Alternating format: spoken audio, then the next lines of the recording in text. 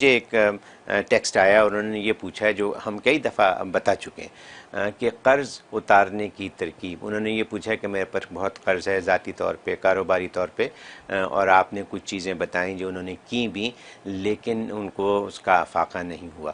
تو پوچھ وہ یہ رہے ہیں کہ کوئی ایسی ترکیب بتائیں جو وہ کر سکیں، آسان بھی ہو اور مجرب بھی ہو. اچھا، بہت اچھا. تو اس کے لیے آپ ایک تو یہ کریں، جب آپ کھانا کھانے کے لیے ہاتھ دھوتے ہیں اس وقت قرض اترنے کی نیت کریں. سنت سمجھ کے ہم ہاتھ دھوتے ہیں، تو جب ہاتھ دھوئیں تو اس وقت نیت کر لیں کہ یا اللہ جیسے یہ میل کچیل میرے بدن کا ہاتھ کا اتر رہا ہے، یا اللہ اس طرح میرا قرض بھی اتر جائے.